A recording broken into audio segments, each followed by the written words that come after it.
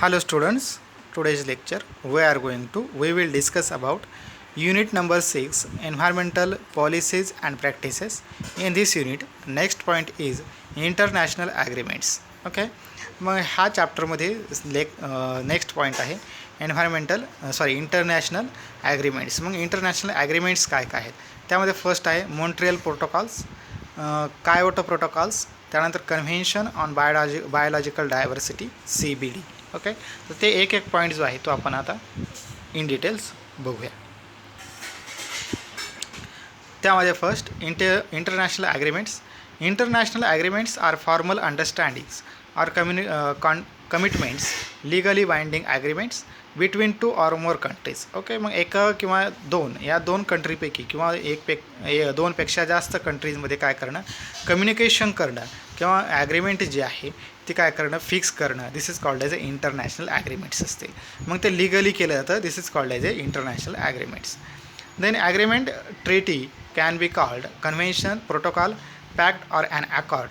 मग ते काय एक प्रोटोकॉल असेल किंवा एक अकॉर्ड असेल किंवा एक कन्व्हेन्शन असेल किंवा एक त्यांचे काही ॲक्ट असतील, त्या ॲक्ट थ्रूच हे काय केले जातात, ॲग्रीमेंट्स सँक्शन केले जातात. Usually govern by the United nations.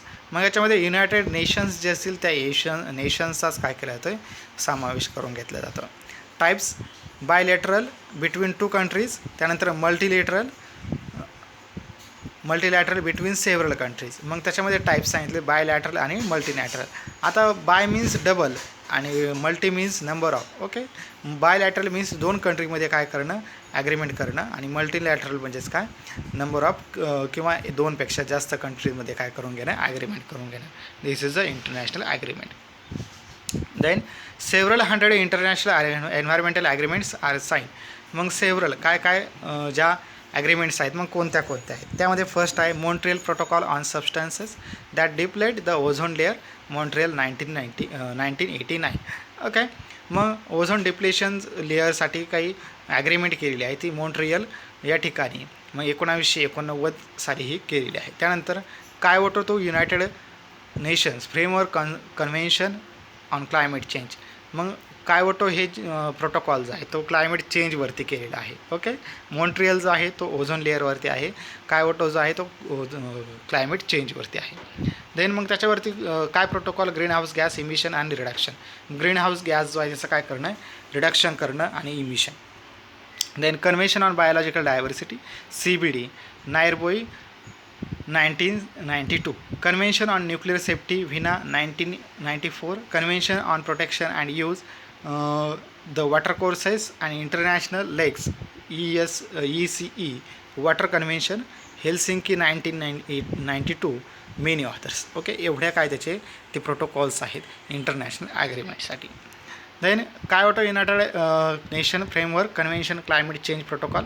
मग अर्थ summit held on June 4, 1992 in Rio de Janeiro led to signature of 3 convention United Nations framework. Okay, मग ही युनायटेड नेशन्स फ्रेमवर्क कायोटो जो प्रोटोकॉल जो आहे तो क्लायमेट चेंजवरती केलेला आहे. मग त्यामध्ये convention on climate change UNFCCC is one amount it. Okay, UNFCCC is international environmental treaty state the goal of the Kyoto protocols as. मग या कायोटो ह्या प्रोटोकॉल थ्रू काय केलं जातं आहे, the stabilisation of green house gas concentration in which atmosphere at level that would prevent dangerous anthropogenic interference with the climate system. Okay, मग climate system जे आहे मग याच्यामध्ये ग्रीन हाऊस गॅस किंवा ग्रीन हाऊसचं प्रोडक्शन ज्यावेळेस होतं, मग त्या ग्रीन हाऊस गॅसचा एन्व्हायरमेंटवरती काय इफेक्ट आहे ते इफेक्टचं किंवा त्या ग्रीन हाऊसचं लिमिटेशन किंवा स्टॅबिलायझेशन करण्यासाठी हा जो प्रोटोकॉल आहे तो प्रोटोकॉल तिथं क्रिएट केलेला आहे मल्टी कंट्रीज. तर कन्व्हेन्शन ऑन बायोलॉजिकल डायव्हर्सिटी. मग त्यामध्ये कन्व्हेन्शनल बायोलॉजिकल डायव्हर्सिटी हे काय आहे, enter into force 29 December 1993. Okay, मग 29 डिसेंबर 1993 हे काय आलं आहे, याचं क्रिएशन केलेलं आहे. 3 मेन ऑब्जेक्टिव्ज म्हणजे ऑब्जेक्टिव्ज आहेत the conservation of biological diversity. मग बायोलॉजिकल डायव्हर्सिटी जी आहे तिचं काय करणं, कॉन्झर्वेशन करणं, हेच फर्स्ट ऑब्जेक्टिव्ह आहे. देन सेकंड आहे the sustainable use the components of biological diversity. मग बायोलॉजिकल डायव्हर्सिटी जी आहे तिचे कॉम्पोनंट्स त्याचं काय करणं, कॉन्झर्वेशन करणं.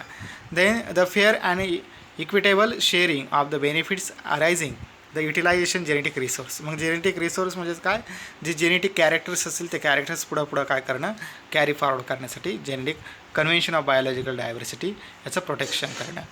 Okay.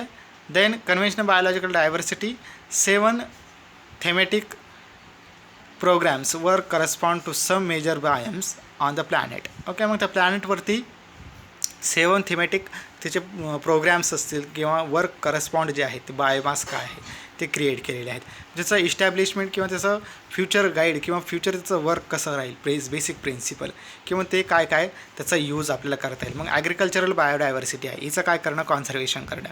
Dry and sub humid lands biodiversity, inland water biodiversity, forest biodiversity, island biodiversity, marine and coastal biodiversity, mountain biodiversity. मग एवढ्या ज्या बायोडायव्हर्सिटी आहेत यांचं काय करणं, कॉन्झर्वेशन करणं, कन्व्हेन्शन करणं आणि ते नेक्स्ट जनरेशनला काय करणं, ॲज इट इज प्रोव्हाइड करणं, कॅरी फॉरवर्ड करणं. Then convention on biological diversity support initiative. मग त्याचं काय इनिशिएटिव्ह जे आहेत त्याच्यातून काय स्टार्टिंग करता येतं किंवा काय आपल्याला डेव्हलपमेंट करता येते. त्यामध्ये बिझनेसेस आहेत, लोकल अथॉरिटीज आहेत, पॅरामिलिटरीज, त्याच्यानंतर universities and scientific communities, children and youth, the green wave for school, non governmental organisation, NGOs याचं काय केलं जातं, प्रोडक्शन केलं जातं या बायोलॉजिकल डायव्हर्सिटी थ्रू. ज्याचे काय करणं, ते ॲग्रीमेंट असतील, त्या ॲग्रीमेंट थ्रू त्याला हे जे बिझनेसेस, लोकल अथॉरिटीज किंवा इनिशिएटिव्ह सपोर्ट जे आहे हा सपोर्ट त्याला काय करायचं इथं प्रोव्हाइड केला जातो. ओके. हे बायोलॉजिकल डायव्हर्सिटी थ्रू केलं जातं. Okay. Montreal Protocol and Kyoto Protocol and Conventional Biological Diversity, this is called as a CBD topic is finished. Okay, thank you.